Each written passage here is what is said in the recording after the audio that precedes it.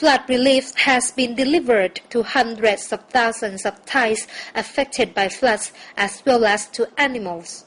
But how much of thought is being given to migrant workers whose suffering as a result of the floods is no less than that of the Thais? Floodwaters have inundated their workplaces and their residences.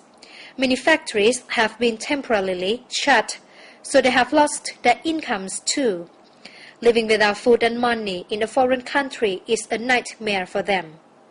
With only a limited number of officials and volunteers reaching flood-hit areas, many Thai people have not received any assistance but been forced to struggle through on their own, while alien workers have almost been forgotten entirely. A migrant laborer at CP's factory in Pathum Thani's Lat Lum Keo district, who identified herself as Lu Li, said she has been full of fear and anxiety ever since this area became flooded. She feels stressed as the water is all around, and she cannot go back home to Burma to visit her sick mother, who she has not seen for 6 years since she started working in Thailand. Ong Thanu, head of a migrant worker community where Luli stays, said that most of them had not stored food and drinking water because the flood waters arrived unexpectedly in the middle of last month.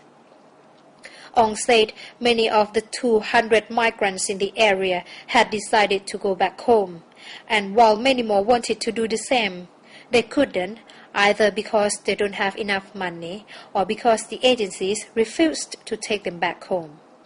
He added that the community had been given relief bags on 2 occasions, but that the quantity was inadequate. Everybody ate just a little and preserved the food as long as possible. About 150 workers are staying there, most of them Burmese. About 10 are Cambodians. Rux Thai Foundation recently gave them relief bags and necessities donated by a group of migrant workers in Samut Sakhon. The foundation are locals in Samut Songkhram and Prachuap Khiri Khan. Park Phum Sawangkham, technical officer of the foundation, called on the government and concerned agencies to reach out to the migrant workers and help them cope with the flood situation. He also wanted the government to think up long-term measures to assist them after the flood waters recede and rehabilitation begins.